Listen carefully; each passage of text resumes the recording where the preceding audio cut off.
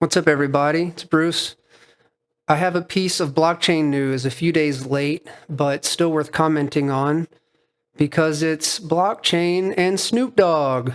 So apparently, Snoop Dogg has a new partnership with a Web3 streaming service called Tune.fm. And he's releasing a single exclusively, I believe, there. It's called Spaceship Party. And then he's going to start releasing all his older Death Row material to the same platform in the future. Now, it says here that Tune.fm stylizes itself as a decentralized Web3 streaming platform focusing on transparency, security, and fairness for artists through blockchain technology. The platform's native cryptocurrency is something called Jam. So they've got their own coin, just like every other operation out there. Unlike traditional services, it provides instant micropayments per second stream. So that's actually kind of neat. It says users can sign up and start streaming without needing blockchain knowledge. I mean, yeah, this is basically table stakes for any of these solutions. They all have to have a front end that's user friendly because you can't expect every artist out there to understand how to set up a wallet and link it to a platform. So upon registration, a Jam wallet is created, allowing users to spend Jam tokens on streaming, tipping artists, and unlocking exclusive content, which is kind of neat. Not entirely unique, but neat.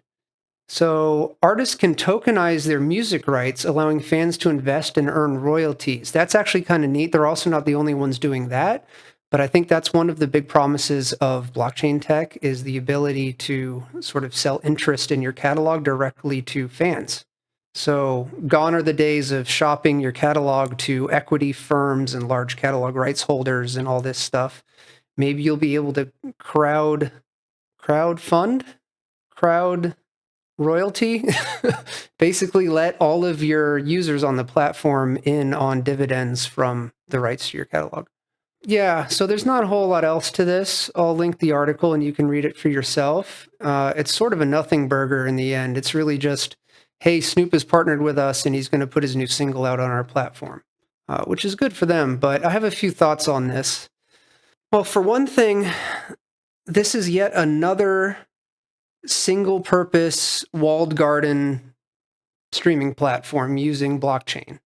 So this is another solution that's sort of atomic. It works within its own ecosystem, but doesn't have interoperability to any other platforms out there. So I'm not sure if having a Snoop Dogg single on it is going to make it any different than the other dozens of platforms that have come and gone over the last 12 years or so, but we'll have to see.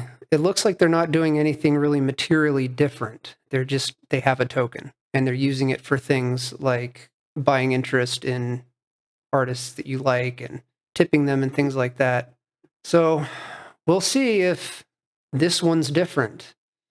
But secondly, this brings me to the fact that all of these solutions are, again, sort of walled gardens. They each have their own solution, and you can put your catalog there on their platform and monetize it there, but that's only that platform. You're expecting artists and their management teams to go and create a presence on every single blockchain streaming platform that exists in order to capture the total audience and all of their revenue. And this is just not sustainable. So I think what we need in the future, really going forward, is developing methods of interoperability, standards essentially, that multiple platforms can become compliant with in order to share information on song plays, royalties due to collaborating artists that show up on tracks, featured artists, things like this. And wherever those artists are represented, they need a way for that usage to get reported back.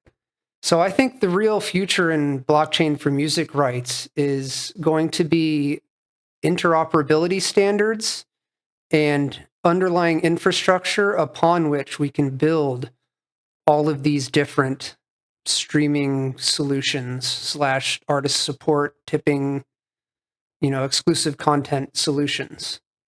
And so we need to embrace the unique ability of blockchain to provide rule-based automated transactions as a service layer or as an infrastructure, instead of building that infrastructure into a bespoke solution for a given streaming service and having that not play with anybody else.